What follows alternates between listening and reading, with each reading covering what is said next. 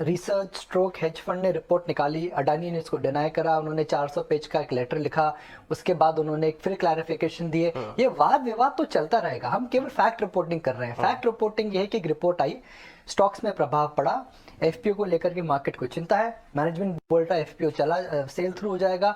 अगर FPO cell through हो जाएगा तो हो सकता है इन स्टॉक्स के अंदर जो वॉलेटिलिटी है थोड़ी थम सी जाए, मगर from an market standpoint this is not the only story and will not be the only story for next 2 days। बिल्कुल, ये तो बात हो गई अदानी ग्रुप स्टॉक्स की। जैसा कि आपने कहा, आगे बढ़ते हैं बैंकिंग स्टॉक्स के बारे में। पूरे बैंक्स को एक भाव से बेचा 2 दिन, आपको वहां वैल्यू दिख रही चुके थे बैंक्स में। हमने देखा था कि एक तरफा मूव आया था, सितंबर अक्टूबर के बाद एक प्रकार का जो मूव आया था वह भी काफी ज्यादा मूव आया था।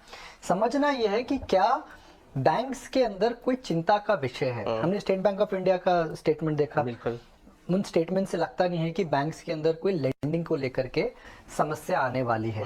दूसरा, बैंक्स देखिए स्टॉक प्राइस पर आपको पैसे नहीं देते हैं, वो आपको अंडरलाइंग एसेट प्राइस पे पैसे देते हैं। जो उनकी लेवरेज होती है वह शेयर प्राइस से लेवरेज नहीं होती है, वो होती है एसेट।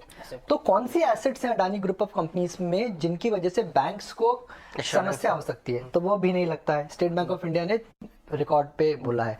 तो आगे पीछे बैंक्स में मुझे लगता है कि जो गिरावट का माहौल है वह थम सकता है, मगर जो बड़ा इशू रहेगा जे वह रहेगा कि बजट के अंदर क्या आ सकता है और उसका इम्पैक्ट क्या आएगा।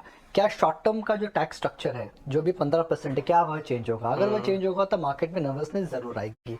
क्या लॉन्ग टर्म की डेफिनेशन 1 साल से 2 साल हो सकती है? अगर वो 1 साल से 2 साल होती है तो मुझे नहीं लगता है कि बहुत बड़ा सेल ऑफ इवेंट है, हो सकता है एक नीजक रिएक्शन आ जाए मार्केट के अंदर। मगर 3 चीजें हुई हैं अडानी ग्रुप ऑफ स्टॉक्स में, सेल ऑफ, एफआई की बिकवाली, निफ्टी टेक्निकल लेवल से नीचे जा चुका है और budget is round the corner.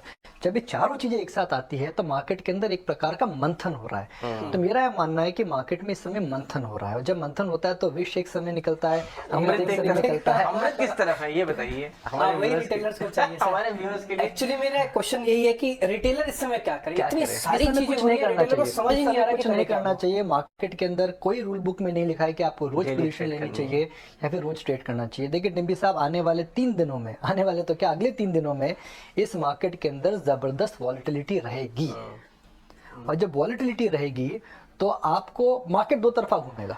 News है, इवेंट्स हैं, व्यूज हैं, ग्लोबली भी चीजें चल रही हैं, एफओएमसी भी आ रहा है, तो इन चीजों को लेकर के मार्केट में वॉलेटिलिटी रहेगी। मगर मुझे जो कॉन्फिडेंस आ रहा है कि मार्केट के अंदर ज्यादा गिरावट क्यों नहीं रहेगी, इसका प्रमुख कारण है कि जो सेलिंग हुई है हिंदुस्तान में वो लोकल है, वो ग्लोबल नहीं है। और क्योंकि ये लोकल सेलिंग है तो हो सकता है कि नीचे लेवल पर आकर मार्केट थोड़ा थमसा जाए। तो 3 बड़े मुद्दे हैं, Adani group of stocks, FPO से लेकर के उससे सेंटिमेंट हमें कनेक्ट करना चाहिए, बजट में क्या आएगा ये 1 तारीख को ही पता लगेगा, और तीसरा एफओएमसी और जो बड़े नंबर्स आ रहे हैं।